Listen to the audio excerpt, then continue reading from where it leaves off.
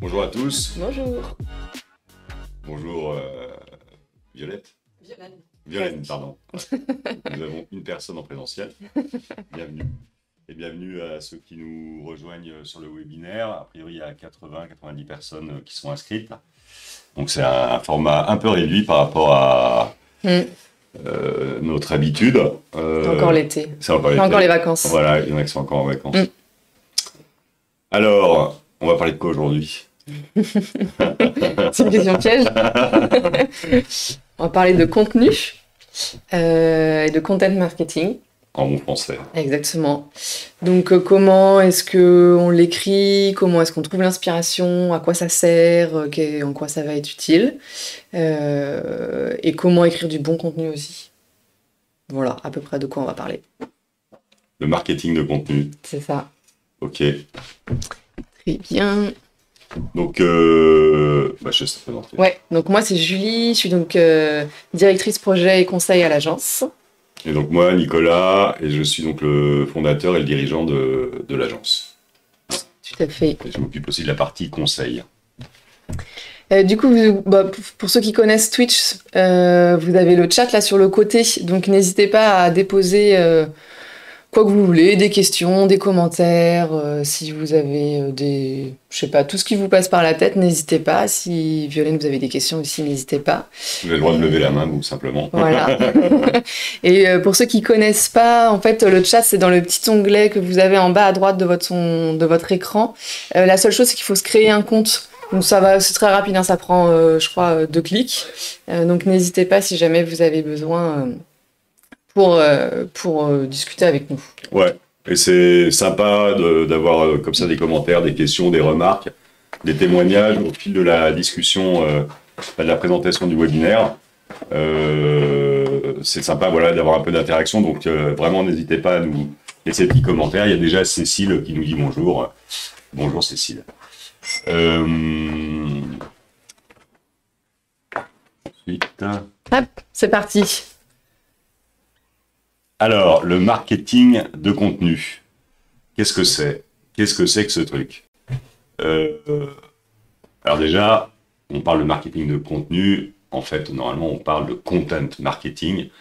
On va essayer d'éviter les anglicismes. Donc, le marketing de contenu, qu'est-ce que c'est? Hop, je me prends la souris comme ça. Ouais, vas-y. Ah non. Attends, presque. Ça a disparu dans le coin. Voilà, comme ça. Ok. Alors, la première question, c'est le marketing de contenu. Est-ce que c'est de la pub? Non, ça n'est pas de la pub. La publicité, c'est une forme de communication qui est destinée à un public de masse, qui a pour but de fixer l'attention de la cible, donc le consommateur, l'utilisateur, les lecteurs, etc., pour l'inciter à adopter un comportement souhaité. Par exemple, acheter un produit, élire une personnalité, inciter à l'économie d'énergie, puisque c'est de l'actualité. Donc en fait, ça veut dire qu'on peut vendre plein de choses à plein de gens très chers dont ils n'ont pas forcément besoin en faisant de la pub. En fait, ouais, il y a des gens qui font ça, il y a des marques qui font ça, qui déploient des messages publicitaires, encore une fois, de façon très large, à un large public, en espérant qu'il y en ait un de temps en temps qui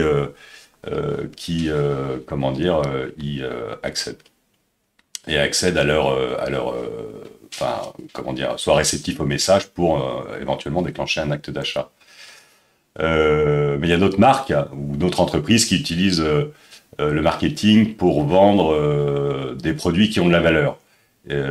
Pour trouver en fait, pour essayer de faire en sorte, plutôt que de matraquer un message, de se trouver sur la route de la cible qui, dans le cadre de sa recherche de contenu, et qui ensuite va essayer de la convaincre pour lui proposer le bon produit adapté à son besoin spécifique. Et c'est là où on commence à parler de marketing de contenu. Donc, lui proposer le bon produit adapté à son besoin, et puis derrière, essayer aussi, là c'est un autre objectif du marketing de contenu, de générer de la fidélisation, générer de la récurrence dans sa relation avec son client.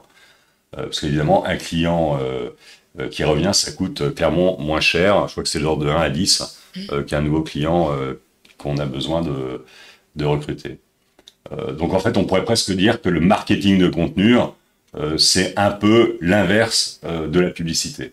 Puisqu'encore une fois, plutôt que proposer un message à une masse de gens de façon indifférenciée, qu'on pousse, là on va juste déposer des messages à valeur ajoutée qui vont se trouver sur le chemin des clients pour lui apporter de la valeur et essayer d'entrer en relation pérenne avec celui-ci. Donc c'est un peu l'inverse de la publicité. Voilà, hein, l'idée c'est créer des contenus à valeur ajoutée qui vont permettre d'attirer les prospects pour pouvoir les convertir en clients et ensuite les fidéliser.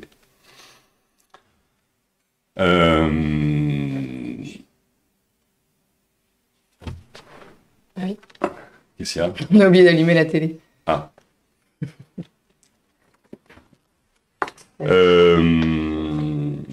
Alors, c'est intéressant le marketing de contenu aussi parce que on se rend compte que la publicité, notamment sur Internet, rencontre de plus en plus de difficultés pour être visible. Notamment les adblockers qui se développent et aussi, le comportement des internautes, des utilisateurs qui sont fatigués de ces messages publicitaires matraqués perpétuellement sur Internet. Voilà. Donc, le fait, la publicité, clairement, il est important d'essayer de trouver des alternatives comme une stratégie de marketing de contenu pour pouvoir, aller au-delà de ces formes publicitaires un peu dépassées qui fonctionnent plus vraiment. Alors, le marketing, donc en fait, si on résume un peu, la publicité, le principe, c'est je montre ma marque à tout le monde. Dans le tas, j'espère qu'il y en a certains qui me verront. Je leur demande de faire appel à mes services ou acheter mes produits. Voilà. Alors que le marketing de contenu, la logique, c'est je produis des contenus à valeur ajoutée pertinents pour mes cibles. Mes cibles tombent sur leur chemin, accèdent à ces contenus à valeur ajoutée, qui répondent à des besoins qui sont spécifiques, des besoins spécifiques par rapport à ces cibles. Et comme je leur apporte du contenu à valeur ajoutée, elles s'intéressent à la marque et ça peut ensuite déclencher l'acte d'achat. Alors, pourquoi faire du content marketing? Et là, je passe la parole à Julie et je vais m'occuper de la partie. Hop, me revoilà. On a oublié de brancher la télé pour Violaine qui est en présentiel. Donc, de fait, elle ne voit pas la présentation. Donc,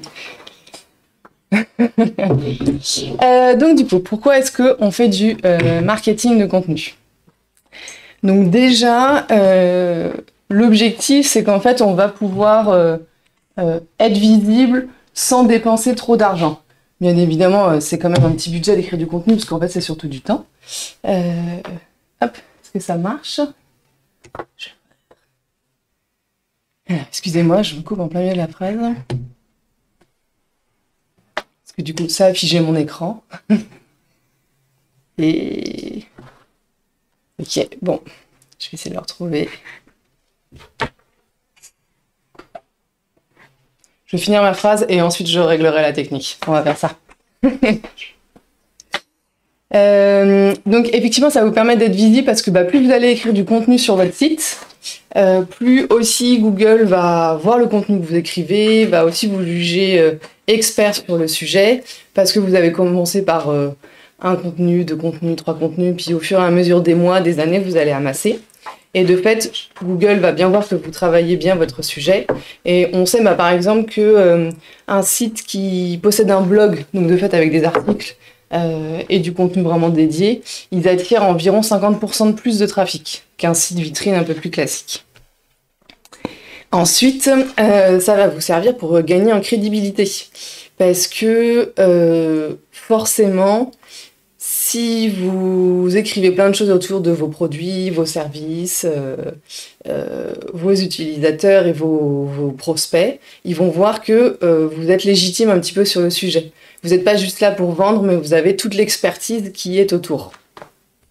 Ça peut aussi vous aider forcément à créer un climat de confiance avec votre audience.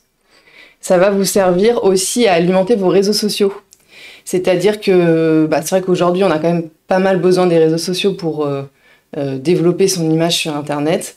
Là, nous, on parle principalement des réseaux sociaux professionnels, donc, mais ça dépend de votre stratégie.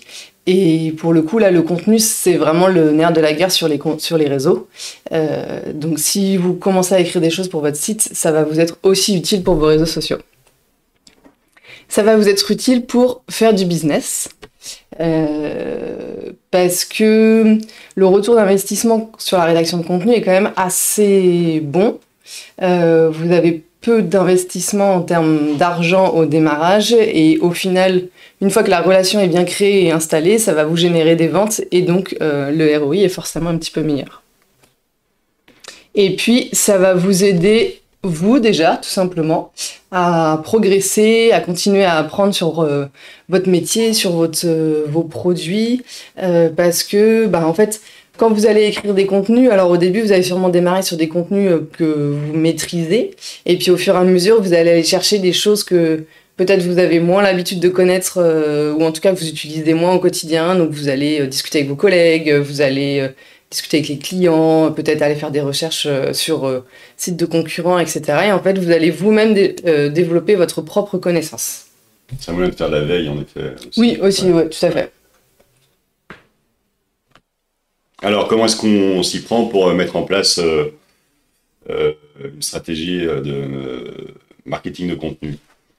Alors, en fait, il y a, on va dire, 5 étapes successives qui sont... Alors, il faut que je puisse les voir. Les lire. Les lire, voilà, c'est ça. Donc, la première étape, c'est attirer vos cibles. La deuxième étape, c'est les convertir. La troisième étape, les convertir en prospects, pardon. L'étape suivante, c'est de les transformer en clients. Et enfin, la dernière étape, c'est de les fidéliser. Donc, en effet, on va voir ces 5 étapes successivement ultérieurement dans la présentation. Alors, le marketing de contenu, vous l'avez compris, c'est pas du contenu, un clic, un achat. Okay, le marketing de contenu, c'est plus complexe, c'est plus long. Mais c'est plus intéressant aussi. Et surtout, c'est plus crédible. D'accord? Donc là, l'idée, c'est pareil, je ne vois pas. Accès au contenu, on clique. Je peux pas plus. Tu peux pas plus, ok. En fait, c'est Emma qui est... qui est maître du Twitch, ça va arriver. Donc, c'est un parcours qui est plus long que ce parcours-là. Donc en fait, le contenu, vas-y, parce que j'arrive pas à voir. J'ai une meilleure vue. Avance, Emma. Les personnes vont rentrer par le contenu, vont de fait cliquer à l'intérieur de votre contenu, vont le lire, vont le mémoriser, vont peut-être aller lire d'autres contenus sur votre site, peut-être sur vos réseaux, puis peut-être en fait au fur et à mesure, ils vont aller même sur d'autres sites internet, ils vont revenir comme ça peut-être régulièrement. Et après, c'est au moment donné où il va commencer à mémoriser du coup votre marque ou un produit ou un service que la relation va commencer à s'instaurer et que ça va aussi générer un besoin chez votre utilisateur. Et une fois que le besoin est là, ça va ensuite se transformer en achat. Ok. T'es ok avec ça? Et donc, pardon. Et donc, la clé, c'est de créer des contenus à valeur ajoutée. Alors, hop. Donc, ça fait chic, créer des contenus à valeur ajoutée. Mais en fait, ça a l'air un peu, comment dire, quand vous parlez de content marketing, etc., ça a un côté, voilà, un peu à la mode, etc. En fait, c'est une vieille histoire. Le marketing de contenu, ça existe depuis très très longtemps. Donc là, on est en mode technique. Voilà. Donc par exemple, c'est donc je vais vous présenter deux exemples. Le premier exemple, c'est avec John Deere. Donc vous connaissez John Deere, qui est un fabricant de tracteurs aux États-Unis, qui existe depuis 1895 et qui, au début des années 1900, a lancé un magazine qui s'appelle The Furrow, qui n'était pas là pour vendre des tracteurs, c'était pas une plaquette publicitaire, c'était pas un recueil de promotion, c'était vraiment un magazine de fond sur les techniques de culture, sur comment améliorer le rendement de son exploitation agricole, faire des choix de culture, des évolutions technologiques, etc. Donc c'était vraiment un journal qui était dédié à, accompagner les agriculteurs dans l'amélioration de leur ferme. Et c'était pas du tout, encore une fois, à vocation commerciale, mais c'était du contenu à valeur ajoutée à destination de leur cible. Et donc aujourd'hui, il y a plus de 1,5 million de lecteurs dans 40 pays dans le monde, et le magazine existe toujours, quoi. Et donc ils sont arrivés à créer comme ça une relation, pérenne avec leurs utilisateurs. Et évidemment, ça induit le fait que la marque est plus crédible, plus connue, et donc fait plus de business. Un autre exemple en France, c'est le guide Michelin, qui a été créé en 1910, que tout le monde connaît. Là, c'est pareil. L'objectif, c'était pas de faire de la promotion sur des pneus pour sa voiture, mais c'était de recenser les restos, les garages, les stations-service en France, pour permettre aux gens qui se baladaient, d'avoir ces informations-là. Donc tout était recensé dans le guide Michelin. Et de fait, c'est devenu une référence aujourd'hui. C'est du contenu à valeur ajoutée, qui n'est pas au service simplement de la marque et de ses produits, mais qui de fait permet d'installer une relation crédible, de confiance avec le consommateur. Et de fait, si vous avez envie d'aller découvrir une région, voir un resto, vous prenez votre voiture, vous usez vos pneus, et puis vous avez besoin de changer vos pneus, vous pensez à Michelin, et voilà, le tour est joué, si je puis dire. Donc en fait, ce qu'il faut bien comprendre, c'est que l'enjeu pour l'utilisateur, c'est de répondre à sa problématique, de répondre à une question qu'il peut avoir. Donc l'idée, c'est que, parce que spontanément, il va pas vous chercher, il va pas chercher votre produit, il va pas chercher votre entreprise, mais il va chercher à répondre à une problématique, à une question qu'il peut avoir. Donc le marketing de contenu, l'idée, c'est de produire des contenus à valeur ajoutée qui puissent servir et répondre à ces questions, aux questions des utilisateurs. Donc en gros, l'enjeu, c'est de répondre à Google. Alors, c'est pas grave, Julie, je pense qu'on va tomber. C'est bon. Depuis tout à l'heure, je voulais le faire. C'est bon, on a réussi. Donc, il a des exemples, effectivement, par rapport à ce que tu disais. Ah oui, j'ai compris. T'inquiète. Je sais pas, vous avez un vélo et puis vous apprêtez à le prendre, le pneu est dégonflé, un petit peu la classique qui arrive à tout le monde. Du coup, vous allez taper dans Google regonfler mon pneu de vélo. Et puis, parmi les résultats, vous allez tomber sur une vidéo tutoriel de la marque Decathlon. Un autre exemple, vous voulez faire des travaux chez vous, vous avez besoin un peu de modéliser peut-être votre cuisine ou, je sais pas, une chambre, etc. Vous tapez faire un plan 3D dans Google et pareil, parmi les réponses, vous allez tomber sur un site qui s'appelle Cozy Casa et en fait, derrière, ça a été développé par Leroy Merlin. Donc eux, c'est malin parce que c'est carrément un site dédié, donc si on cherche, on sait que c'est Leroy Merlin. Un autre exemple, vous voulez faire un peu de plantation chez vous, vous tapez quel engrais choisir, et puis vous allez arriver sur la rubrique conseil de jardinage de gamme vert. Donc ça, c'est vraiment des exemples où en fait, on n'a absolument pas fait des requêtes qui sont en rapport avec une marque, rien à voir. Mais parmi les résultats qui s'affichent, notamment sur la première page, forcément, il y a les blogs des passionnés et il y a aussi les blogs des marques. Et en fait, au fur et à mesure, bah, je tombe une fois, deux fois sur le blog de Gamme Vert et je me dis, bah, il est intéressant, je vais le garder. Et puis après, je vais retenir Gamme Vert. Et puis, si jamais j'ai pour le coup l'engrais à aller acheter, bah, je vais peut-être aller plutôt chez Gamme Vert. Ou alors, je conduis, je passe sur la route, je vois Gamme Vert sur le côté. Enfin bref, tout ça fait qu'à un moment donné, on a... La marque dans son paysage mental. Exactement, c'est ça, tout à fait. Ok. Alors, maintenant, on va parler de la stratégie à mettre en œuvre pour mettre en œuvre du marketing de contenu. Donc, en fait, on va commencer par se poser quelques questions. Parce que, encore une fois, mettre en œuvre une stratégie de content marketing ne s'improvise pas. Alors, les questions, c'est assez simple et assez classique, pour tout projet marketing, comme on en passe par ces trois sujets-là. Le premier sujet, c'est quels sont les objectifs de ma stratégie de content marketing. Pourquoi est-ce que je veux faire ça? Qu'est-ce que je souhaite obtenir comme résultat dans le cadre de cette stratégie? Donc il faut se demander pourquoi est-ce que vous souhaitez produire du contenu. Est-ce que c'est pour générer des prospects? Est-ce que c'est pour faire des ventes, convertir, renforcer votre notoriété, obtenir des nouveaux clients, générer de la fidélisation? Enfin voilà, il faut définir quels sont les objectifs de votre stratégie de content marketing. Donc ça, c'est la première étape. Alors voilà, c'est pareil, pour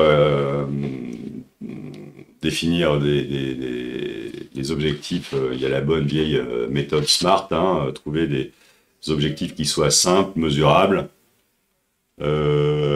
atteignables. Tiens, regarde, ils sont juste après. Tu les as là, voilà, atteignables, acceptables et réalistes, et timés dans le temps. Bon, bah voilà, c'est parfait, merci. Voici l'acronyme.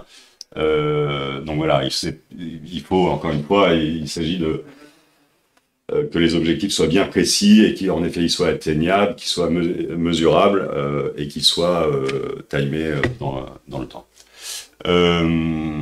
Par exemple, ça pourrait être toucher 1200 entreprises par an grâce à mes webinaires. Ok, on n'en est pas encore là, je crois. Obtenir un devis par jour, générer des visites sur mon site, capter des nouveaux visiteurs, avoir des abonnés sur les réseaux sociaux, voilà. Donc ça, c'est des exemples d'objectifs que vous pouvez avoir dans le cadre de votre projet en marketing de contenu. Le deuxième étape, c'est de définir quelles sont précisément les cibles que vous souhaitez adresser. Donc si par exemple, vous souhaitez vous proposer un CRM en ligne, votre cible, c'est pas les dirigeants qui veulent faire grandir leur entreprise et qui ont aujourd'hui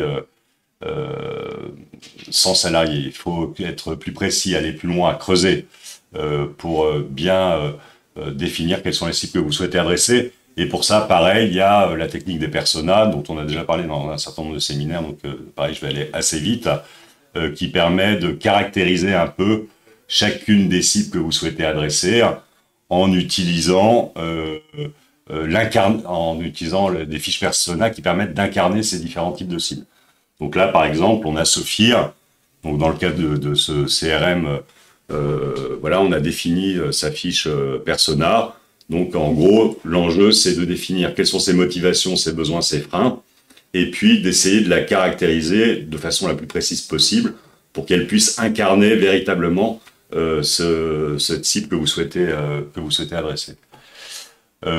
Troisième question qu'il faut se poser, c'est quels sont les canaux de diffusion que vous souhaitez utiliser pour les contenus que vous allez créer et quel type de contenu est-ce que vous allez créer. Donc là, il y a une variété évidemment de nature de contenu et de canaux de diffusion qui sont très importants. Ça peut être voilà, des articles de blog, newsletters, infographies, des vidéos, des sondages, des webinars, des podcasts, etc. et des publications sur les réseaux sociaux. Donc là, il faut bien définir de façon assez précise quels sont, encore une fois, la nature des contenus que vous allez produire et les canaux de diffusion que vous souhaitez sur lesquels vous souhaitez vous déployer. Et puis ce qui est important aussi, c'est que là, vous voyez, vous avez plein de possibilités, mais par rapport à vos objectifs, par rapport aussi peut-être à votre secteur d'activité, là où sont vos cibles, c'est important de ne pas partir partout et de bien définir quels sont les supports où vous voulez aller. Et donc de fait d'adapter aussi là, votre stratégie de marketing de contenu et aussi en fonction de la maturité sur laquelle vous êtes. Si effectivement c'est je démarre ou si ça fait 3 ans que je fais du contenu, on peut de fait aller peut-être sur des choses un peu plus larges au démarrage, un peu plus faciles sur lesquelles vous êtes à l'aise et au fur et à mesure des mois et des années aller sur des choses beaucoup plus précises. Effectivement, le but, c'est pas de tout déballer. De toute façon, déjà, parce que je pense que physiquement, humainement, c'est pas possible de rédiger 50 contenus d'un coup et d'aller sur 10 leviers en même temps. Il faut vraiment y aller étape par étape. Vous pouvez déjà vous poser les questions sur les leviers que vous allez utiliser. Est-ce que vous avez un blog? Est-ce que vous avez des réseaux sociaux? Est-ce que vous avez une newsletter? Est-ce que vous avez un objectif de référencement naturel?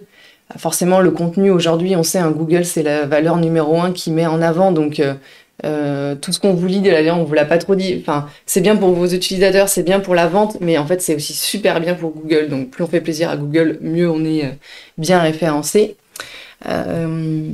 Et puis, une fois que vous avez défini un petit peu les leviers sur lesquels vous voulez aller, il va falloir aussi définir les outils. Est-ce que sur votre site internet, vous avez l'espace de créer des contenus?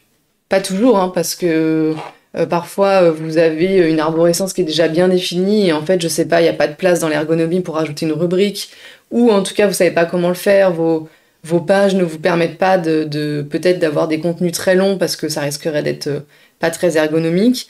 Est-ce que vous avez un blog? Est-ce que vous en avez besoin? Donc toujours, est-ce que vous voulez travailler le référencement naturel? Est-ce que vous avez la possibilité, vous avez un outil pour envoyer des campagnes de newsletter, d'emailing, de SMS? Donc ça, c'est aussi des questions que vous devez vous poser. Et en fait, votre stratégie, elle va dépendre de deux points, deux facteurs. Est-ce que déjà vous avez commencé quelque chose dans votre entreprise? Soit vous êtes là depuis quelques années et vous avez déjà l'historique, soit vous venez d'arriver, vous prenez votre poste et de fait vous découvrez, vous prenez un peu vos marques. L'idée en fait c'est de ne pas repartir de zéro parce que c'est toujours très difficile de partir d'une page blanche. Donc est-ce qu'il y a des projets qui ont déjà été mis en place? Pourquoi est-ce qu'ils n'ont pas été continués si jamais ils ont été arrêtés? Ou à l'inverse, est-ce qu'ils ont continué? Est-ce que vous avez des résultats qui peuvent être mesurables de ce que vous avez déjà fait? Est-ce que vous pouvez aussi avoir du recul sur ce qui a fonctionné, pas fonctionné, pour tout simplement reproduire ce qui fonctionne et surtout ne pas refaire les erreurs que vous avez pu déjà faire? Donc déjà avec c'est un peu un état des lieux en fait de ce que vous avez et de ce que vous de fait allez pouvoir faire. Et la deuxième question, c'est quelles sont les ressources dont je dispose pour pouvoir mettre en œuvre cette stratégie de contenu. Alors les ressources, pour créer du contenu, la première chose, il faut des gens pour écrire ces contenus. Ça n'est pas une masse à faire. C'est dur. C'est vraiment le cœur de la problématique, d'identifier au sein de vos équipes ou de vos collègues, etc., au sein de l'entreprise, quels sont les gens qui peuvent contribuer pour pouvoir produire ces contenus à valeur ajoutée. Donc chez Concept Image, par exemple, ça a été... Voilà, il ne faut pas sous-estimer cet enjeu-là, parce que c'est vraiment un enjeu majeur. On est, à force, mois après mois et après année, on est arrivé finalement à embarquer quasiment la totalité des collaborateurs au sein de l'entreprise qui produisent une fois par trimestre ou 2-3 fois par an, on va dire, chacun un contenu à valeur ajoutée par rapport à son poste ou à sa zone de compétences. Et donc on y est arrivé. Aujourd'hui, c'est Emma là, qui s'occupe de la technique, qu'on ne vous a pas présentée parce qu'on ne la voit pas à l'écran, mais qui s'occupe de ça à l'agence et qui, fait en sorte d'engager ses collègues à produire ces contenus-là.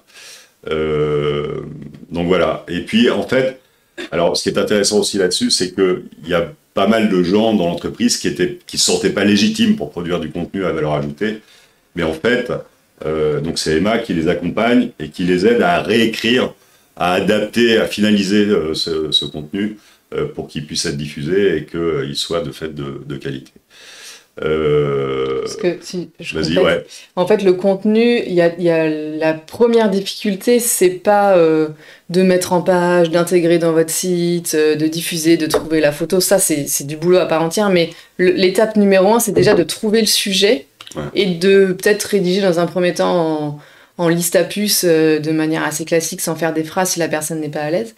Mais c'est ça, en fait, c'est le fond qui est le plus compliqué à trouver. Ouais. Et c'est ça qui est bien, c'est que ce fond-là, vous allez pouvoir le trouver un peu chez tout le monde. C'est pas forcément les équipes de marketing et de communication qui vont s'occuper de ça, c'est pas forcément les directeurs et directrices des sociétés qui font ça parce qu'ils ont une meilleure connaissance du produit. Tout le monde est légitime à écrire du contenu et c'est là où vous n'êtes pas seul devant cette tâche-là déjà et où il faut aller chercher les gens pour aller chercher cette matière que c'est sûr tout le monde a. C'est juste qu'il faut trouver la manière de comment l'exploiter, quoi. Ouais. Alors, le budget. Donc, on parlait des ressources dont vous avez besoin. Donc, la première ressource et la plus importante, encore une fois, c'est d'avoir des gens, des rédacteurs, des contributeurs pour produire ce contenu à valeur ajoutée. Après, évidemment, il y a aussi un enjeu autour du budget pour pouvoir, ensuite mettre en œuvre, donner à voir et diffuser ces contenus à valeur ajoutée que vous aurez produits. Donc, vous pouvez utiliser évidemment votre communautaire.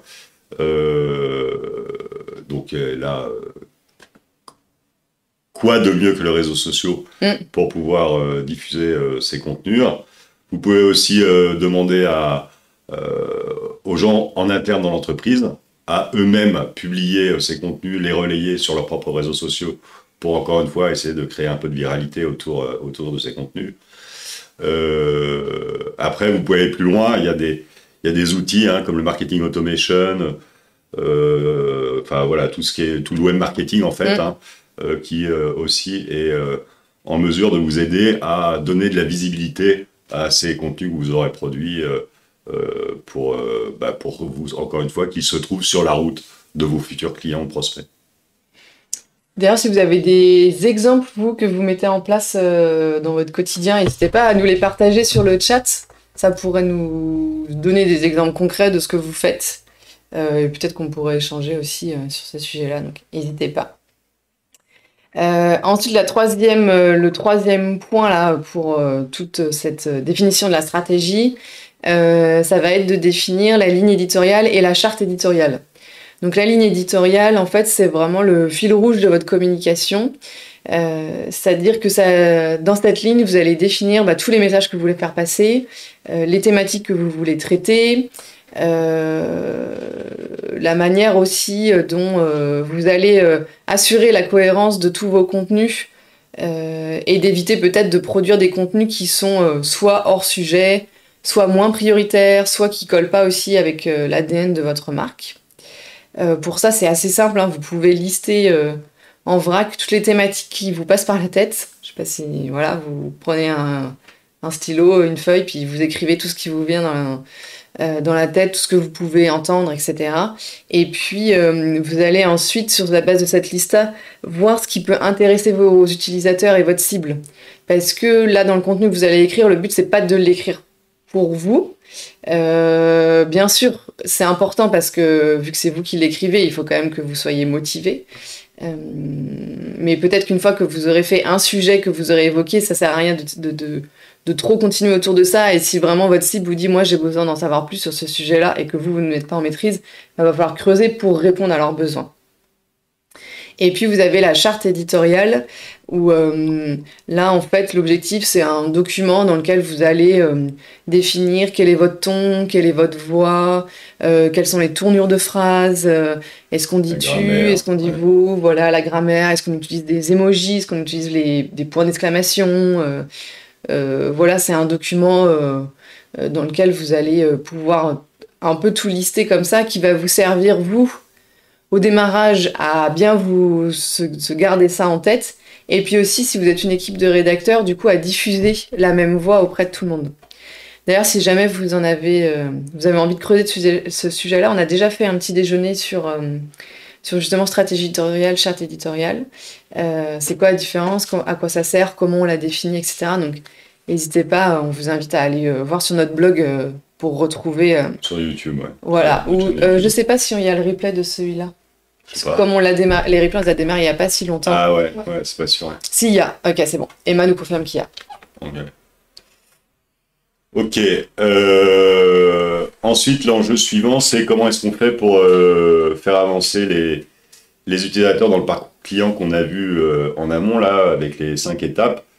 Donc, écoutez, on va regarder étape par étape les choses qu'on a besoin de mettre en œuvre pour pouvoir rendre cette stratégie de marketing de contenu efficace. Donc, la première étape, c'est ce qu'on avait vu tout à l'heure, c'est comment attirer les gens. Donc, c'est le premier contact avec la marque. C'est le début, en fait, du parcours client à proprement parler. A priori, l'internaute ne connaît pas vos produits, ne connaît pas forcément votre marque. L'objectif, c'est juste d'essayer d'attirer son attention autour d'une problématique qui le concerne. Donc l'enjeu, c'est pas trop de parler de vous dans cette première étape, c'est vraiment de rester centré sur le besoin, la problématique, la question que se pose l'internaute à proprement parler. On n'est pas là pour parler de votre produit dans cette première étape.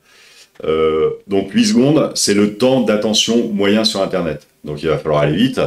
Il faut répondre à ces questions de façon très précise et très pertinente et très rapide, parce qu'autrement vous allez perdre l'internaute. On est sur Internet en permanence bombardé de contenu. Voilà, il faut que la réponse que vous allez apporter, encore une fois, soit courte, pertinente et simple, accessible. Alors, pour ça, il y a ce qu'on appelle en bon français, encore une fois, j'adore ça, le snack content. Snack comme encas, content comme contenu, donc des contenus courts et impactants, qui aillent droit au but. Voilà. Alors, qu'est-ce qu'on peut avoir comme type de snack content? Alors évidemment les réseaux sociaux. Un post sur un réseau social, par nature, c'est un contenu court, impactant. Voilà. Pour moins de 8 secondes pour voir une photo sur Instagram ou un bref article sur LinkedIn. Ça peut être une petite vidéo rapide, un article. Ça peut être juste aussi une infographie. Ça peut être aussi intéressant d'utiliser ce format-là. Comment est-ce qu'on fait pour créer du snack content? Une des solutions, c'est de partir d'un contenu long et de ensuite le découper, en prendre des extraits pour pouvoir faire des micro-capsules de contenu qui soient attrayantes et pertinentes. Donc un exemple, c'était pour Clara Luciani là, avec la Fnac qui avait produit un podcast sur toute une interview de la chanteuse, Voilà. Et en fait, ce qu'ils ont fait, c'est qu'ils ont utilisé des extraits audio du podcast pour pouvoir ensuite, d'une vingtaine de secondes chacun, pour ensuite pouvoir les diffuser sur les réseaux sociaux et retenir l'attention et donner envie, en fait, aux internautes, à l'écoute de ces courts extraits, d'aller sur le blog de la Fnac pour pouvoir écouter le podcast dans son intégralité. Voilà, donc ça c'est un exemple avec un podcast. Voilà. Donc ça c'était la première étape. Oui, tout à fait. Avec le snack content pour attirer l'attention du visiteur. Exactement. Deuxième étape, à toi Julie. Du coup, une fois que vous l'avez attiré, l'objectif c'est de les convertir. En prospect. Exactement, c'est ça. Donc là, à l'inverse du snack content, on a le slow content, donc le contenu long. Je sais pas, on peut l'appeler comme ça. Donc en fait, l'idée c'est que là, de fait, comme on a plus de place dans ces contenus-là, on va pouvoir apporter vraiment de la vraie valeur ajoutée, de creuser des sujets. Ça peut prendre plein de formes différentes. Ça peut être Donc un article de blog, ça peut être un interview, là, comme on voyait avec le podcast de la Fnac. Ça peut être une étude de cas, ça peut être un sondage, une vidéo, un webinaire comme on le fait aujourd'hui, ça peut être un podcast aussi. Donc vraiment tout type de format qui fonctionne aujourd'hui. Dans ces formats-là, faut pas hésiter à mettre des appels à l'action, donc qui se présentent différemment si c'est de l'audio ou si c'est de la rédaction, bien évidemment. Mais en tout cas, à inciter les utilisateurs, en fait, à soit continuer la lecture parmi vos contenus, soit transvaser d'un support à l'autre, si on est dans un podcast, de renvoyer vers les réseaux sociaux. Soit d'un contenu à l'autre. Voilà, soit d'un contenu à l'autre. Bon, voilà, l'idée, c'est une fois que vous avez capté cet utilisateur, bah, en fait, de le faire rester sur vos supports. Et puis, quel que soit en fait le canal par lequel vous allez atteindre votre prospect, il peut rentrer effectivement par votre blog, par votre LinkedIn, par votre newsletter. Ce qui est important, c'est qu'en fait, il sache qui vous êtes. Parce que, bien évidemment, on fait du marketing, donc le but final, c'est quand même que l'utilisateur, il vous reconnaisse. Donc il faut que ce soit assez identifié. Alors je dis pas d'écrire votre marque en long, en large et en travers dans votre contenu, mais il faut que ce soit dit au début, il faut que le logo soit visible.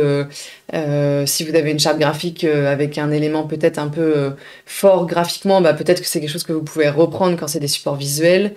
Voilà, en tout cas, il faut que quand même à la fin de la lecture, l'utilisateur, il ait au moins vu une fois entendu au moins une fois le nom de votre marque. Et puis, c'est important aussi d'essayer de créer une relation. Donc, c'est toujours un peu bizarre de dire créer une relation en marketing, mais... Bah, c'est l'enjeu du marketing. Voilà, c'est ça. Ça paraît tellement abstrait. À côté de la vraie vie. Mais en fait, c'est simple. C'est exactement ça. C'est-à-dire que une fois que vous avez présenté un contenu qui les intéresse, si vous arrivez à les driver vers d'autres contenus, si vous leur poussez le bon contenu au bon moment, pas quelque chose qui n'a rien à voir, sinon l'utilisateur, bah, il cliquera pas, mais en tout cas quelque chose qui reste dans la même logique, bah forcément, lui, il va passer du temps sur vos supports, il va apprendre à vous connaître, il va apprendre à comprendre aussi comment vous écrivez, quels sont les contenus que vous mettez en avant, sur quoi vous êtes expert, etc. Et au fur et à mesure, vous allez renforcer vous allez renforcer un peu la proximité, vous allez maintenir leur intérêt. Et on n'est toujours pas là dans l'objectif de réaliser une vente, parce que ça, c'est encore une étape qui suit. Plus tard, ouais. Mais c'est le début de quelque chose, quoi. Et donc, c'est tout simple. Hein. Si votre contenu il est suffisamment intéressant, déjà, les gens l'auront retenu. Parce que c'est pas facile, hein. Vu tout ce qu'on lit sur Internet, clairement, on ne retient pas tout ce qu'on lit. Donc déjà, ils l'auront retenu, et puis surtout, bah, ils auront envie de revenir, quoi, tout simplement. Et puis, bah, effectivement, le marketing de contenu, c'est une relation à long terme. Alors, il y aura forcément un démarrage à un moment donné, mais l'idée, c'est de l'entretenir aussi au fur et à mesure des mois, au fur et à mesure des années. Donc, si vous démarrez une stratégie, ça prend plus du temps. Vous verrez pas d'effet en 3 mois, en 6 mois, peut-être même en 9. Ça va vraiment prendre du temps, le temps que les utilisateurs se fassent aussi à ce que vous leur proposez. Et donc, c'est au fur et à mesure des années que vous allez vraiment créer une relation de long terme, quoi. Vous allez aussi... l'idée, bien évidemment, toujours, hein, notre objectif final, c'est de faire de la vente de votre produit ou de votre service. Vous allez pouvoir aussi échanger des informations contre des contenus de qualité. Donc ça, par exemple, c'est ce qu'on fait beaucoup dans les cas des livres blancs, ou des guides, ou en tout cas des documents un peu complets que vous pouvez trouver sur plein de blogs, sur plein de sites, notamment le nôtre, par exemple, où en fait... On va vous donner une partie du contenu, peut-être l'introduction, peut-être un peu de la première partie ou un résumé des parties. Et si vous voulez télécharger le guide complet qui fait 50 pages, on va vous demander votre adresse mail. C'est un échange de bons procédés qui se fait aujourd'hui, qui fonctionne aujourd'hui. L'idée, c'est pas de demander non plus des choses trop complexes. On va pas vous demander votre adresse postale, votre numéro de téléphone, c'est un peu trop engageant. Mais déjà, si on vous demande juste votre adresse email, vous téléchargez du contenu les utilisateurs vont télécharger du contenu qui les intéresse. Et vous, en échange, vous aurez récupéré leur adresse mail. Donc peut-être que s'ils ont accepté, bien évidemment, vous allez pouvoir leur envoyer votre newsletter, par exemple. Donc voilà, c'est un échange comme ça qui peut se mettre en place. Faut pas hésiter. faut essayer, puis si vous voyez que finalement ça fonctionne pas, ou alors juste c'est contraire avec l'ADN de votre marque de demander des coordonnées, bah tant pis, le faites pas, mais ça mérite d'être essayé. Là par exemple, c'est Harmonie Mutuelle qui a développé tout un site sur la prévention. Qu'ils ont appelé Harmonie Prévention, donc c'est assez clair que c'est identifié, que c'est fait par Harmonie Mutuelle, et du coup c'est un site assez complet hein, avec beaucoup de contenu qui parle de tout sujet qui a rapport à la santé de près et de loin. Donc il y a le Covid bien évidemment, parce que c'est le sujet du moment. Il y a la santé au quotidien, l'alimentation, l'activité physique, ça peut être aussi sur l'éducation des enfants, ça peut être aussi sur les retraités, ça peut être des choses très précises comme les vaccins, enfin vraiment plein de sujets différents. Et en plus, ils ont fait le choix aussi d'avoir des sujets sous forme d'articles. Il y a des vidéos, il y a des jeux, il y a des documents PDF à télécharger, des infographies, ils ont même des recettes pour la partie alimentation, donc on est vraiment sur quelque chose pour le coup de vraiment très complet. Et en fait, donc déjà, on a très vite identifié dans le logo sur le site que c'était par Harmonie Mutuelle. On a leur réseau en haut, donc si on a envie d'aller voir un peu plus et s'abonner, on peut. On a la possibilité de s'inscrire à la newsletter d'Harmonie Prévention. Et puis, il y a un formulaire de contact aussi si on veut prendre contact avec Harmonie. Donc ça, c'est un exemple, par exemple. C'est un gros exemple, hein, c'est du boulot derrière. J'imagine qu'ils ont une équipe dédiée sur ce sujet-là. Un autre exemple, jeunes parents, vous avez peut-être vu les pubs sur Instagram, c'est Alan Baby. Alors je crois que l'application, elle est plus en ligne. Donc Alan, c'est une mutuelle aussi, c'est une assurance santé là, qui est réservée... qui dans un premier temps est destinée aux auto-entrepreneurs. C'est une assurance qui est 100% en ligne, vous en avez sûrement déjà entendu parler. Et donc l'année dernière, ils ont sorti une application qui est dédiée sur les bébés et les jeunes parents. Et vous avez donc déjà plein de contenus sur le sujet, mais ils vont plus loin parce que des contenus sur le sujet des bébés, il y en a à foison sur Internet. Ils vont plus loin, c'est-à-dire qu'ils avaient un chat médical avec des experts de la petite enfance pour répondre aux 21 000 questions qu'on a quand on devient parent, des groupes de discussion entre jeunes parents pour échanger, et puis partager un peu son expérience, donc des contenus dédiés, des contacts de professionnels de santé, la possibilité de suivre son enfant pas à pas, etc. Donc ils ont vraiment créé quelque chose de dédié sur le sujet, et pareil, eux ils reprennent leur mascotte, et puis c'est aussi dans le nom Alan Baby, donc on sait que on est sur la mutuelle Alan. Et effectivement, ce qu'il ne faut pas faire à travers tout ça, c'est de la publicité directe. Parce que aujourd'hui, on n'est plus là-dedans. Les utilisateurs, ils ne veulent pas se voir exposés à des publicités. Ils n'ont pas le choix. Il y en a déjà partout. Et tout le monde trouve qu'il y en a déjà trop. Donc, ça n'a aucun intérêt au milieu de votre contenu de venir mettre un gros encart publicitaire qui n'a rien à voir avec votre contenu. Parce que ça ne peut être que déceptif.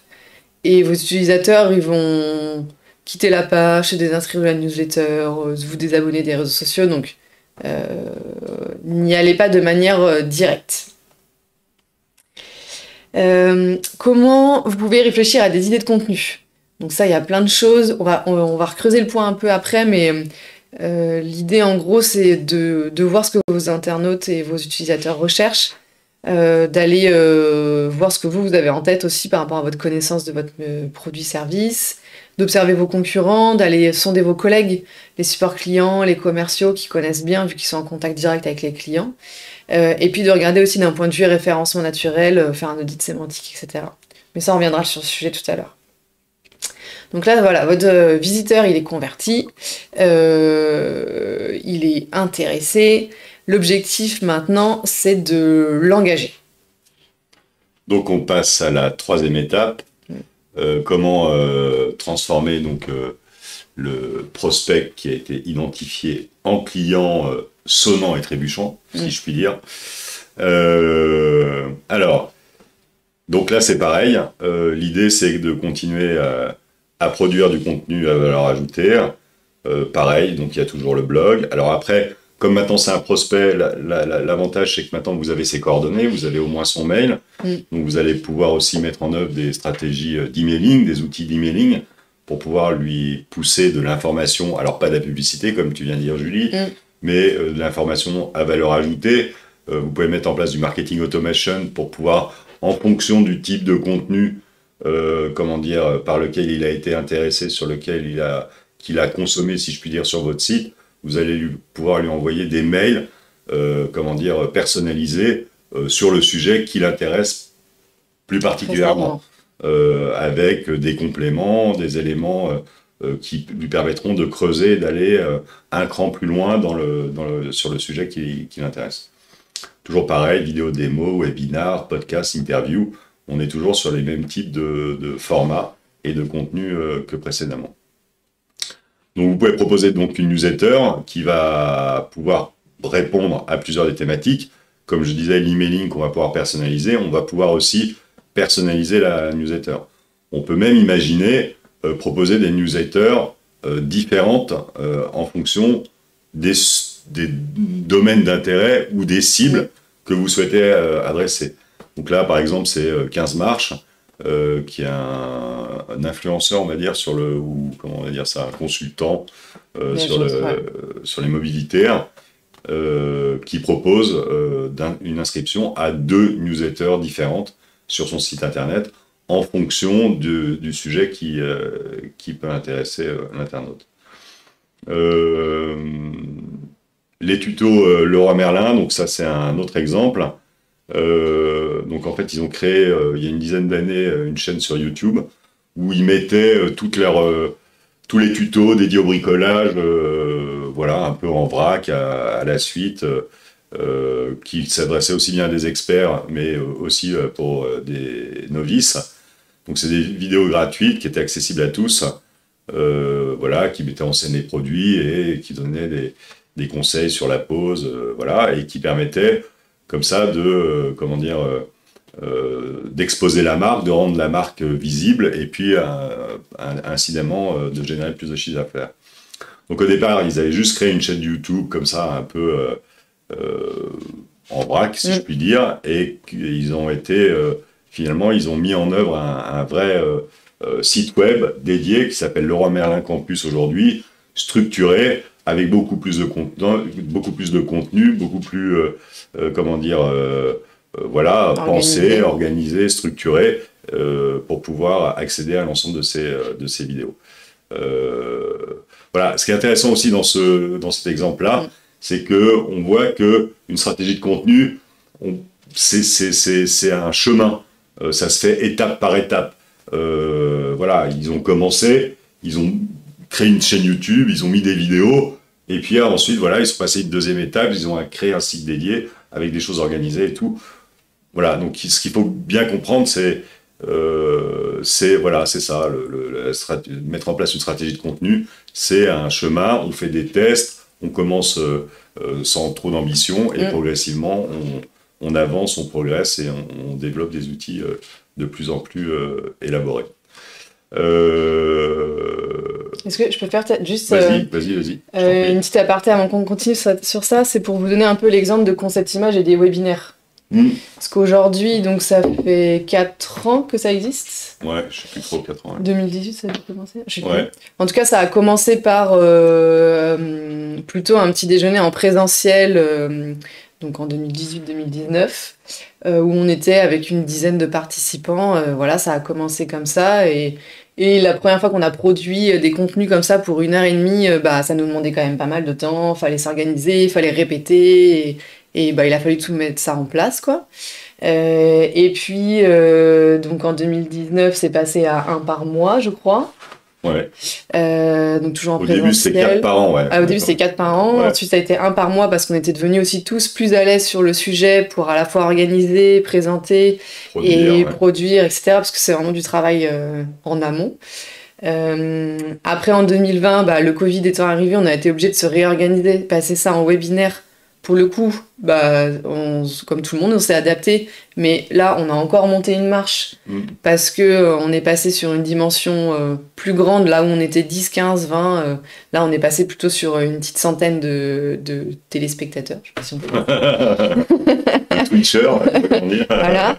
Donc au début, on était sur Zoom, le petit Zoom qu'on a tous appris à connaître en 2020. Et puis en 2021, on a continué le format webinaire et puis on s'est dit qu'on allait en faire des articles de blog. Donc aujourd'hui, c'est des articles de blog, vous pouvez télécharger les supports. C'est aussi des formations qu'on réutilise avec des clients. Qu'on peut vendre à des clients. Qu'on peut vendre à des clients, qu'on adapte bien sûr aux clients, mais en tout cas, c'est quand même des supports qui existent qu'on peut pour former nos clients. Et puis en 2022, fin 2021-2022, on s'est lancé sur Twitch, donc encore une autre chose qui nous a encore permis d'avoir une audience un peu plus grande. Et puis surtout, on a lancé là, les replays qui sont maintenant dispo sur YouTube. Donc vous voyez, on est parti d'un webinaire par trimestre il y a 4 ans. Aujourd'hui, c'est devenu une petite machine là, ça roule, ça avance. On fait aussi du snack content dont on parlait tout à l'heure. On prend des extraits de nos webinaires sur des choses un peu, percutantes, et on en fait des mini-articles qu'on peut produire, qu'on peut diffuser sur les réseaux sociaux. Exactement. On fait des articles de blog aussi, qu'on publie sur notre blog à partir des webinaires qu'on organise. Et puis là, on est en train de réfléchir, mais bon, j'en parle pas trop, mais à un nouveau format, sur un nouveau type de média, sur un nouveau canal de diffusion. Voilà, on est en train de... Je sais même pas si t'es au courant. C'est sûr. On bosse là-dessus avec Elisabeth. Donc voilà, donc c'est intéressant, parce que même d'autres exemples, parce que vous voyez, ça... on voit que les choses prennent du temps, c'est long, mais aujourd'hui, concrètement, sincèrement, j'allais dire 100%, peut-être pas, la majorité écrasante des clients nouveaux qu'on signe viennent à l'agence grâce à tous les efforts qu'on fait depuis 4 ans sur le marketing de contenu. Parce que, en fait, les gens vont tomber sur un article de blog, je sais pas, sur la stratégie éditoriale, ou sur un webinaire sur l'assistance à maîtrise d'ouvrage, ou sur les différents sujets qu'on a pu réaliser, vont tomber donc sur un article de blog, sur un webinaire ou sur notre site internet, et vont comprendre à travers ce contenu qui nous sommes, vont pouvoir ensuite aller sur le site internet, vont pouvoir percevoir la valeur ajoutée qu'on est capable de proposer, le positionnement qu'on a, l'étendue de notre offre, et s'ils sont séduits par ce qu'ils ont pu lire, voir ou entendre, nous contacter dans le cadre d'un projet qu'ils peuvent avoir. Et ce qui est très intéressant, c'est que donc nous, on fait pas du tout de publicité, on fait pas de campagne téléphonique, on fait pas de phonie, c'est vraiment des clients qui viennent tout seuls et qui ont, à travers tous les contenus qu'on est capable de produire et qui sont visibles, qui sont capables de s'auto-déterminer, est-ce que c'est une agence qui correspond au type de besoin que j'ai? Parce qu'avant, je me souviens, il y a, 5 ou 10 ans, on avait fait des campagnes, par exemple, AdWords, et il y a des gens qui voyaient des sites internet, mais ils voyaient des sites internet, c'était un auto-entrepreneur qui voyait des sites internet qui appelait Concept Image. Nous, on fait pas de site internet, on travaille sur des sujets assez ambitieux, pas des voilà. Et donc, en fait, ça allait pas du tout. AdWords, ça servait à rien. Il n'y avait que des gens qui voulaient des sites internet à 1000 balles. On ciblait mal, quoi. Du coup, on touchait une cible qui n'était pas la nôtre. Exactement. Donc voilà. Donc l'exemple de Concept Image, c'est une démarche sur le long terme. J'insiste aussi sur le fait d'embarquer tous les collaborateurs pour produire le contenu, qu'il n'y ait pas qu'une seule personne qui produise le contenu. Embarquer tous les collaborateurs et c'est tout à fait efficace. C'était ça que tu voulais dire? C'est bon, c'était juste ça que je voulais dire. Donc maintenant, on va passer à la dernière étape, qui est la fidélisation. C'est encore toi, mais... Ah, c'est encore moi, pardon. Donc ils vous ont vu, vous les avez convertis en prospects, ils sont devenus clients, et maintenant l'enjeu c'est comment les fidéliser et comment les transformer en ambassadeurs. Le marketing de contenu est tout à fait pertinent sur cette problématique-là. Comment Eh bien, déjà, la première possibilité, c'est de proposer du contenu frais, de la nouveauté en permanence. En permanence, pas forcément en permanence, mais en tout cas, sur un rythme régulier, pour montrer que vous êtes toujours là, que vous apportez toujours de la valeur, toujours du contenu pertinent, susceptible d'intéresser votre client. Les contenus... C'est-à-dire que si tu as commencé à travailler une thématique, et que tu vois que cette thématique spécifique, elle a été... vous voyez qu'elle fonctionne, dans ces cas-là, continuez à creuser dans cette thématique. Est-ce qu'il y a des sous-sujets sur lesquels je pourrais refaire et un article, et une newsletter, et peut-être encore un autre article, et voir si vous pouvez aller à un niveau de profondeur supplémentaire. Exactement, c'est ça. Ouais. Et enrichir la thématique à proprement parler. Oui, tout à fait. Donc, des visiteurs reviennent régulièrement sur votre site, développer les outils pour pousser vos contenus. Donc là, c'est pareil, c'est l'idée. Là, l'idée, c'est... est-ce que, en fait, parce que c'est vrai que c'est toujours difficile de faire revenir les gens sur notre site internet. Alors, quand on est sur les réseaux, c'est un peu différent parce que les gens vont voir dans leur fil d'actu. Mais sur votre site, je pense qu'il y a peu de monde qui se dit « Tiens, tous les 15 du mois, je vais retourner voir le site de Concept Image, par exemple. » Soyez lucide. Donc, c'est-à-dire qu'en fait, il faut que les contenus ils viennent à eux. Donc, parce que si vous écrivez plein de choses, mais que vous ne le diffusez pas, ça vous aura fait plaisir à vous, mais il va falloir quand même trouver des moyens d'aller chercher les gens. Donc là, à partir du moment, et notamment si vous avez leur adresse email, ça peut être des newsletters par exemple, où justement quand vous allez continuer à rédiger des nouveaux contenus, vous allez les pousser vers vos utilisateurs, quoi. Ouais. L'autre possibilité, au-delà de la newsletter, des emailing et tout, évidemment, c'est de développer la communauté, animer la communauté sur les réseaux sociaux, notamment sur LinkedIn. Donc ça aussi, on a beaucoup bossé là-dessus chez Concept Image. Aujourd'hui, on doit avoir 1300, 1400, 1500 followers, abonnés sur LinkedIn. Ce qui nous permet justement, à chaque fois qu'on produit un nouveau contenu à valeur ajoutée, de le faire savoir à cette communauté qui ensuite peut venir sur le site internet et venir voir un webinaire, lire un article de blog, etc.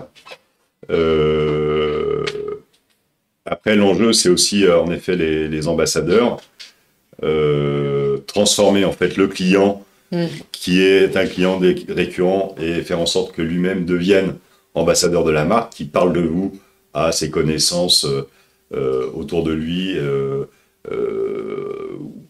pour pouvoir lui-même, entre guillemets, c'est pas très joli comme mot, mais rabattre des nouveaux prospects, clients pour vous, que votre client devienne votre propre commercial. Et puis vous pouvez vous inspirer des remontées qu'ils peuvent vous faire pour justement écrire du contenu.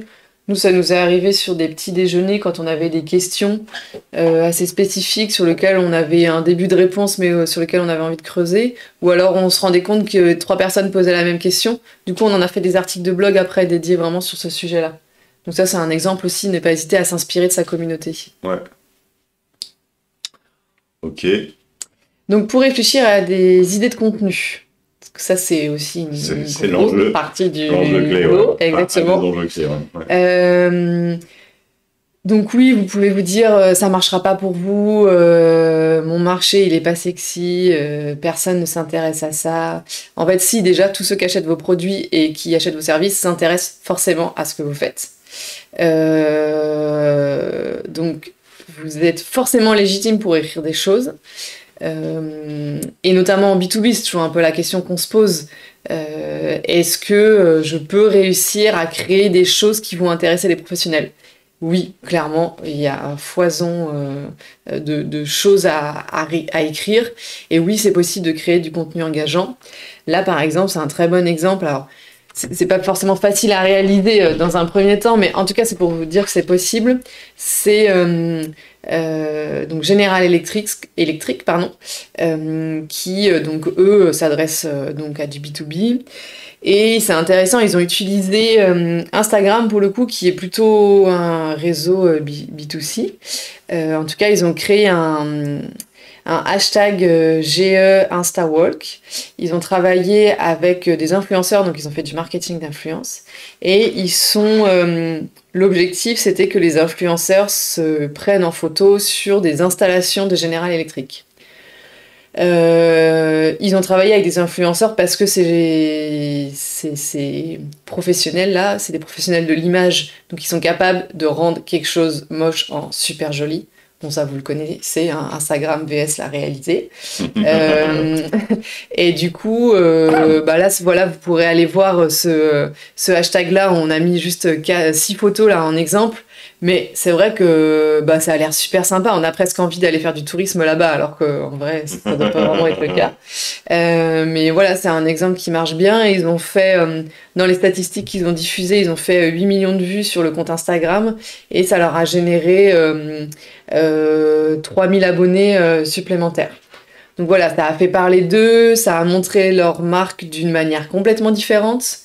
Ils ont créé, pour le coup, c'est pas du contenu rédaction, c'est vraiment du contenu visuel, mais pour se légitimer aussi, ils sont basés sur des gens qui sont des professionnels de l'image. Un autre exemple, un petit peu dans la même typologie, c'est Gazprom Energy. Donc eux, c'est un fournisseur de gaz naturel pour entreprises, donc B2B. Et ils ont créé pour le coup un site internet qui s'appelle Le Magazine, dans lequel en fait ils décryptent tous les sujets qui sont liés à l'énergie. Bon, en plus aujourd'hui c'est un sujet hyper important. Et en fait ils se sont spécialisés un peu comme ça sur comme un média presque un peu de l'actualité, en tout cas sur vraiment ce sujet-là. Ils ont un objectif d'être très clair, d'être facilement lisible, d'être assez pédagogue aussi dans ce qu'ils expliquent. Alors, bien sûr, c'est pas des sujets pour les grands publics parce que le but c'est pas non plus c'est pas accessible à ceux qui ne sont pas forcément dans le milieu. Le but c'est bien de parler à leur cible parce qu'il y a aussi souvent ça, hein, ce besoin de je trouve pas le mot, comment on dit, de vulgariser un peu les contenus pour que ce soit accessible à tout le monde, mais en fait là, vous vous adressez à des professionnels qui ont déjà un peu le jargon de votre métier, qui ont déjà des habitudes, donc à vous de décider jusqu'où vous souhaitez vulgariser les contenus. Donc eux, voilà, leur objectif, c'était quand même de continuer à s'adresser à leur cible, donc d'avoir à la fois quelque chose de clair, mais en utilisant les bons mots qui sont compris par leurs clients, quoi. Alors, comment trouver de l'inspiration et parler de sujets qui captent votre audience, voire qui captivent votre audience, qui leur apportent vraiment de la valeur. Bon, voilà, donc c'est un vrai travail, ça. Et il y a, on va vous proposer différentes pistes, différents outils pour pouvoir trouver des bonnes idées. La première piste, c'est s'intéresser à son audience, on en parlait tout à l'heure, s'intéresser à ses clients.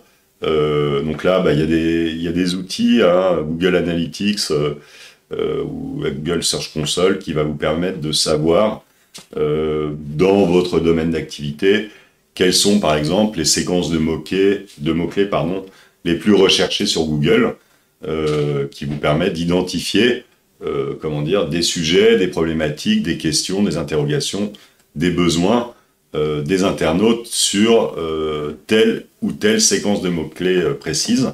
Et donc, ça peut vous donner des idées pour créer des contenus pertinents. En fait, c'est en s'intéressant à ces utilisateurs qu'on trouve des idées qui peuvent être de contenus qui peuvent potentiellement les intéresser. Donc là, ça peut être aussi, en effet, se rapprocher des équipes commerciales pour pouvoir les solliciter sur des problématiques que le terrain, que les clients leur remontent. Ça peut être se rapprocher du support. Nous, c'est arrivé qu'on crée des articles de blog, par exemple, parce qu'au support, ils nous disaient, ça fait 3 fois qu'on a cette question-là. Est-ce qu'on pourrait pas, ou ça peut être aussi des chefs de projet, sur l'utilisation du back-office de WordPress. À chaque fois, on a le même type de question, comment faire ceci, et on va créer un article de blog qui va permettre de répondre spécifiquement à cette problématique-là. Voilà. Donc voilà, s'intéresser à ces utilisateurs, c'est probablement un des meilleurs moyens pour trouver des idées de contenu à produire. Donc Et- là, Ouais, pardon, juste vas-y. avant que tu présentes l'exemple, Ouais, effectivement, là, cet exemple-là, c'est la marque Rip Curl. tu peux me passer de l'eau. s'il te Oui, plaît. bien sûr. Pardon. En fait, l'idée aussi, c'est que au-delà des problématiques, par exemple, comme Nicolas disait, qui sont remontées par les utilisateurs, on peut aussi aller chercher qu'est-ce qui intéresse nos utilisateurs. En rapport avec notre marque, bien sûr, mais un peu des contenus autour.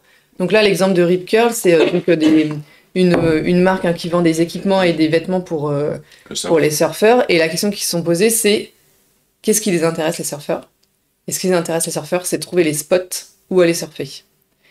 Alors dans sa région, on les connaît en général, mais si je suis en vacances ou si justement j'ai envie de me déplacer et d'aller tester un autre spot, en France notamment, qu'est-ce qu'il y a comme spot où je peux aller surfer? Quelles sont les typologies de spots? Là, j'avoue, je m'y connais pas du tout, mais j'imagine que ça doit être, si on est, j'en sais rien, tel type de surfeur, on est plus intéressé par tel type de vague. Je dis n'importe quoi, hein, mais en tout cas, voilà, ils ont créé un site qui est euh, Dédié à... dédié à tous les spots de surf, un peu une géolocalisation de tous les spots de surf. Ouais. Et là, le but, c'est qu'ils n'ont pas affiché leur marque, ils n'ont pas affiché leur Ah, il y a le logo quand même. combinaison. Il y a le logo, bien sûr. Ouais. Il n'y a pas les surfs, il n'y a pas les combinaisons, il n'y a pas les Exactement, produits. c'est ça. Quoi. Ouais. Et c'est pas un utilisateur qui un jour est venu les voir en leur disant vous connaissez les spots de surf en Bretagne? Non, c'est eux qui se sont dit qu'est-ce qu'ils cherchent, quoi. Et c'est là-dessus qu'ils ont créé ce contenu-là. Un autre exemple, c'est sur la SNCF, qui a un compte Instagram. Donc là, c'est pareil, un compte Instagram qui va présenter en fait des photos d'endroits, de destinations auxquels on peut accéder évidemment en prenant le train. Donc là, l'enjeu, c'est pas de prendre des photos de train ou de prendre des photos, je sais pas, du menu, du restaurant bar, du wagon bar. L'idée, c'est vraiment, comment dire, de sortir de l'offre produit de ce que vend la SNCF à proprement parler, mais plutôt un peu comme Rip Curl, ce qu'on a vu précédemment, hein.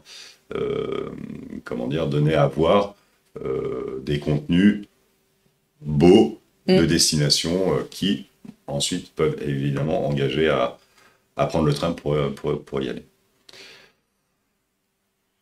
Ensuite, on peut donc demander à les clients aussi, Ouais. qui sont différents de la communauté.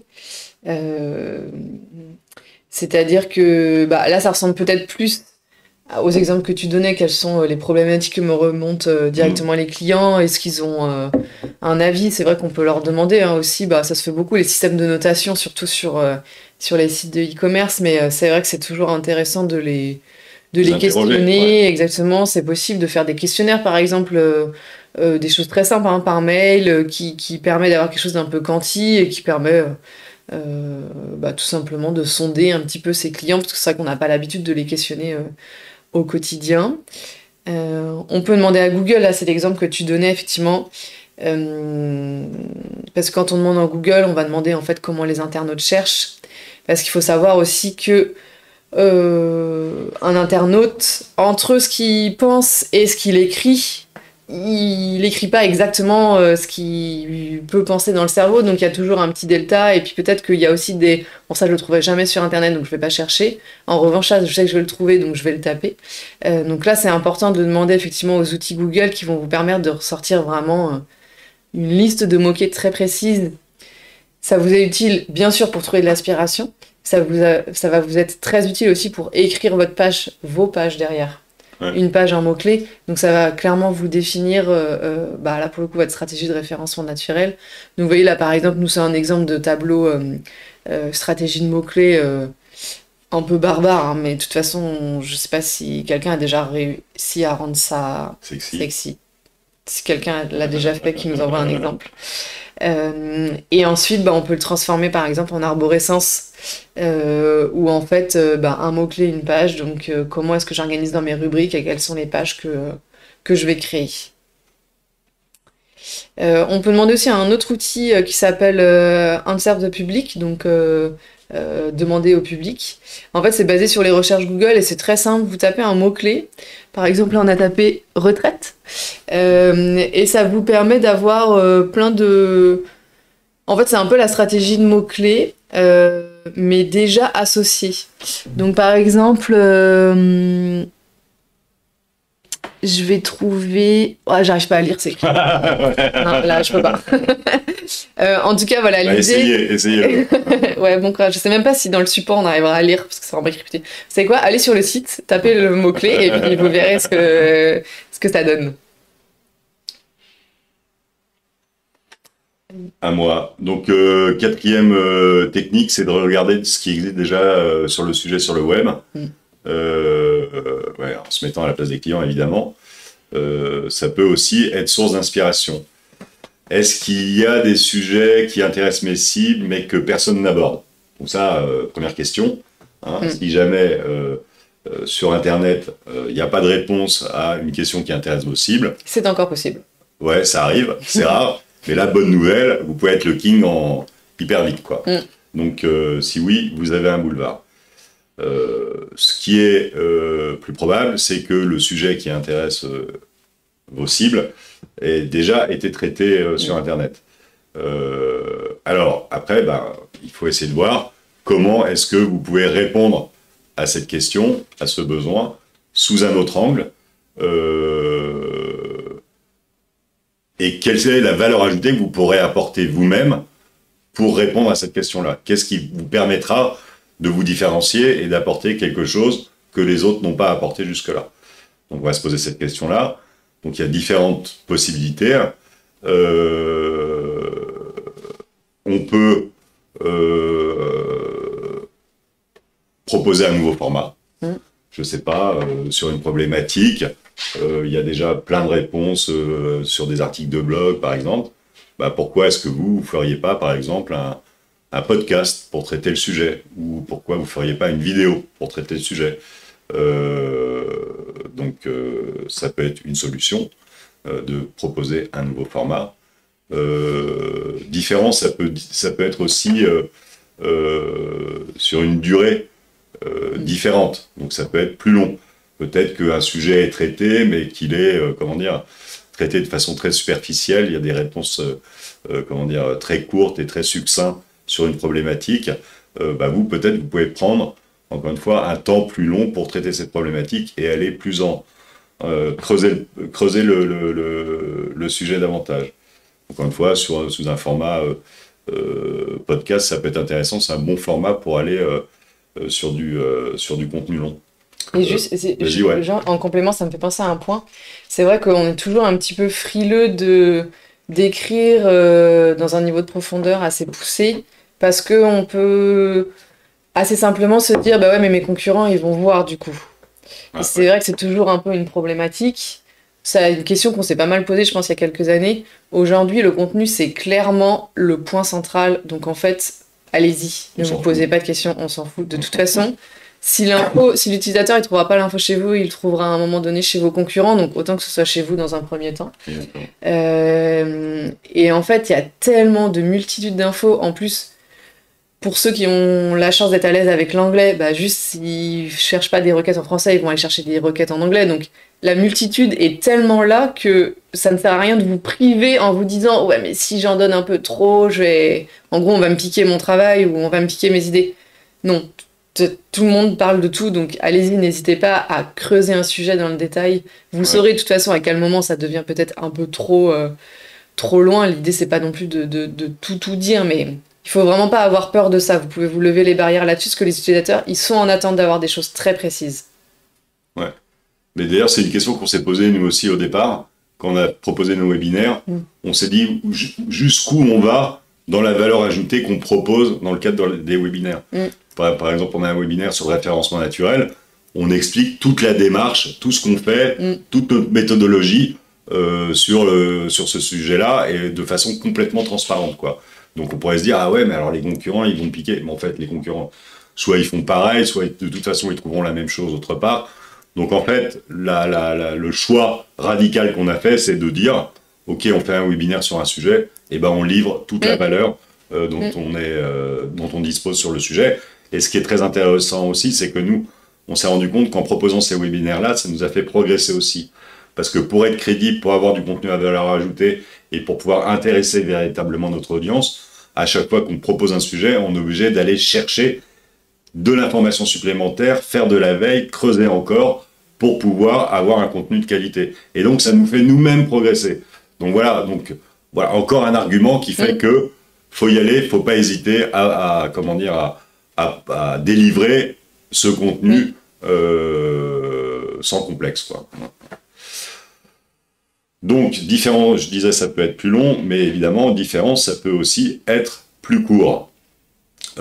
Parfois, des sujets sont traités sur des formats longs. Vous pouvez retraiter ce sujet-là sur un format beaucoup plus court. Ça peut être une façon, encore une fois, de reproposer ce contenu de façon différente. Ça peut être aussi avec un nouveau style éditorial. Donc là, on a 2 exemples. Donc là, c'est pareil, je peux pas voir. Un exemple, c'est un article Partir à l'aventure avec ses marmots. Voilà. Et l'autre, c'est Randonnée malin avec les enfants. Voilà, c'est ça. Donc là, la problématique, c'est comment faire de la randonnée avec ses enfants. Et donc là, le même sujet est traité avec un style éditorial différent. Le titre, c'est Partir à l'aventure avec ses marmots. Et l'autre titre, c'est Enfants en randonnée, ce qu'il faut ne pas faire. Voilà, donc on voit, on traite le même sujet, on a un style éditorial qui est un peu différent. Donc ça peut être aussi une possibilité. Différent, ça peut être aussi plus pragmatique ou plus théorique. Aborder le sujet, encore une fois, sous un angle un peu différent. Différent, ça peut être aussi décliné sur plusieurs thématiques. Donc là, c'était sur le, comment dire... C'est un exemple, là, il y a un youtubeur qui s'appelle Takayaka, tout à fait, qui a 200 000 abonnés. Ouais, exactement, voilà. Et en fait, il fait des conférences. Il disait que pour trouver de l'inspiration, il visionnait pas mal de tutoriels qui étaient existants sur YouTube et il regardait les commentaires. Et dès qu'un internaute mettait justement un commentaire ah oui, mais ça c'est intéressant, mais comment on fait par exemple si j'ai pas cet outil-là pour faire ça? Il posait la question à la communauté. Exactement. En fait. Ouais. Ou je sais pas comment poser, je sais pas comment peindre un mur, mais moi j'ai une peinture très spéciale. Est-ce qu'il y a des choses spécifiques du coup à penser, etc. Lui il recréait du coup une vidéo encore plus précise, du coup, qui répondait précisément à ce besoin-là. Ouais. Parce que justement, aujourd'hui, on ne se contente plus d'avoir une vidéo qui, en fait, va répondre à à peut-être 15 cas différents, quoi. Plutôt malin, au final, il a vraiment été voir ce que faisait la concurrence, mais ça, c'est normal. Les commentaires très précis, et il a créé du contenu en réponse à un besoin qui était clairement exprimé. Alors là, c'est une astuce pour éviter l'angoisse de la page blanche, parce que c'est dur d'écrire quand même. On l'a dit un petit peu, mais on vous le confirme. De toute façon, c'est une mécanique, c'est un peu comme du vélo, faut se lancer, puis après, à un moment donné, ça vient. Et il faut pas arrêter, par contre. Continuer. Là, c'est un outil qui a été créé. C'est un système de cartes, en fait. Il y a une centaine de cartes qui s'appelle donc les stratégies obliques. Et l'idée, c'est que quand vous êtes un peu en panne d'inspiration, vous tirez une carte. Et ça vous fait voir votre problématique sous un angle différent. Ça vous fait poser une question un peu différente et ça peut vous aider à justement réécrire. Peut-être que ce que vous allez réécrire, c'est pas ça que vous allez finalement garder dans le contenu final, mais ça vous permet d'avoir une vision un peu différente. Ça mérite d'être essayé. On vous mettra le lien dans le support de cette technique. Je sais pas, je pense que ça dépend de chacun. Je l'ai conseillé à des personnes qui m'ont dit que ça n'avait pas marché, d'autres qui ont dit que ça avait marché. Donc je pense que ça dépend aussi de chacun, comment on est à l'aise avec l'exercice de la rédaction. Si vous avez envie d'essayer, on vous le conseille. Vous nous direz votre retour d'expérience. Et puis, parmi effectivement tous ces contenus, ce qui va être important aussi, c'est de définir un planning éditorial. Donc là, en fait, c'est quelque chose de relativement simple. Vous pouvez prendre l'outil que vous souhaitez. Ça peut être un Excel, comme ça peut être un Notion ou un Trello. L'idée, c'est tout simplement, vous avez vos mois à venir, pas les 2 mois qui viennent, et au moins les 12 prochains mois, et vous savez quels sont vos objectifs, quand est-ce que vous devez sortir un contenu. Je sais pas, je dois sortir un article de blog par semaine, un podcast par trimestre, un webinaire par mois, un LinkedIn tous les 3 jours. Enfin, vous voyez, déjà, cette régularité va vous permettre un petit peu d'anticiper. Ouais. Et puis, peut-être que sur un mois, vous vous dites, je vais travailler vraiment cette thématique-là et il faut que je la retrouve et sur mes réseaux, et sur mon article, et sur mon podcast. Et puis, le trimestre prochain, je vais travailler plus cette thématique-là. Enfin, voilà, ça peut être plein d'idées et ça va vous aider à vous organiser parce que ce qui est compliqué, c'est que ça demande du temps. Hein. Tout ça, ça se fait pas en 3 minutes, clairement. Et il n'y a rien de pire que faut que j'écrive un article pour aujourd'hui. Donc, on est quand même... Ou pour ce mois-ci. Donc, par exemple, on est le 25, là. C'est sûr, entre le 25 et le 31, si vous ne l'avez pas fait les 3 derniers mois, vous n'arriverez jamais à le faire. Il faut vraiment anticiper, c'est ça qui vous permettra de vous organiser. Donc voilà, c'est ce que je vous disais. Armez-vous de patience, ça prend du temps. C'est dur au début, puis à un moment donné, c'est comme tout, on finit par y arriver. C'est une stratégie de long terme en plus, vous n'allez pas voir les effets tout de suite. Ouais. Alors bien sûr sur les réseaux sociaux ça va un peu plus vite parce que vous avez l'interaction directe, mais bon le nombre d'abonnés il va pas faire x2 en l'espace d'une semaine, donc voilà, ça prend du temps, soyez-en conscients, c'est normal, on vous a donné l'exemple de Concept Image, ça nous a mis vraiment 3 ans à bien se mettre en place, donc... Un autre exemple sur Concept Image aussi, c'est le blog, parce qu'on a décidé, pareil, il y a 4-5 ans de mettre en place un blog. Et en fait, donc là, aujourd'hui, on a, je sais plus, 130 ou 140... ouais, un peu plus même, je crois. Même plus d'articles sur le blog, ce qui semble énorme. Enfin, ça fait 5 ans qu'on est dessus, quoi. Donc c'est vrai qu'on en faisait 1 par mois ou 2 par mois. Et puis, au fur et à mesure, voilà, au bout de 5-6 ans, on a 150 articles de blog. Et donc aujourd'hui, ce qui est intéressant, c'est que ça renforce aussi notre crédibilité sur Google. Donc ça renforce notre référencement naturel. Le fait d'avoir autant de contenu qui est mis à jour régulièrement. Voilà, donc c'est vrai c'est une stratégie de long terme aussi, dans le sens où plus le temps passe, plus l'impact est fort. Voilà. Voilà, donc c'est du boulot, c'est du temps, mais ça vaut le coup. Et puis faut tester, hein, parce que vous aurez peut-être pas la recette magique dès le début, peut-être que des fois vous vous planterez. Ça fait partie du travail, hein. En même temps, il faut essayer pour voir ce qui fonctionne. Donc n'hésitez pas, peut-être que je sais pas, vous avez testé un canal de diffusion qui finalement ne prend pas, alors que le même contenu sur un autre canal va fonctionner.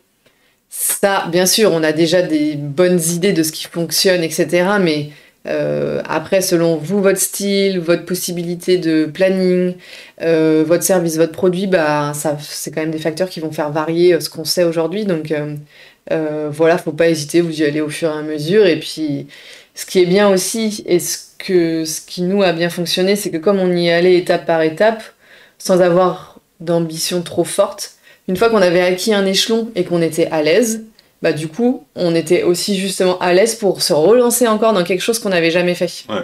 Et... voire pour shooter des trucs qui nous semblaient pas pertinents. Genre Facebook, on produisait des contenus, on a arrêté Ouais. d'alimenter notre compte Facebook. Ouais, tout à fait, on l'a fermé.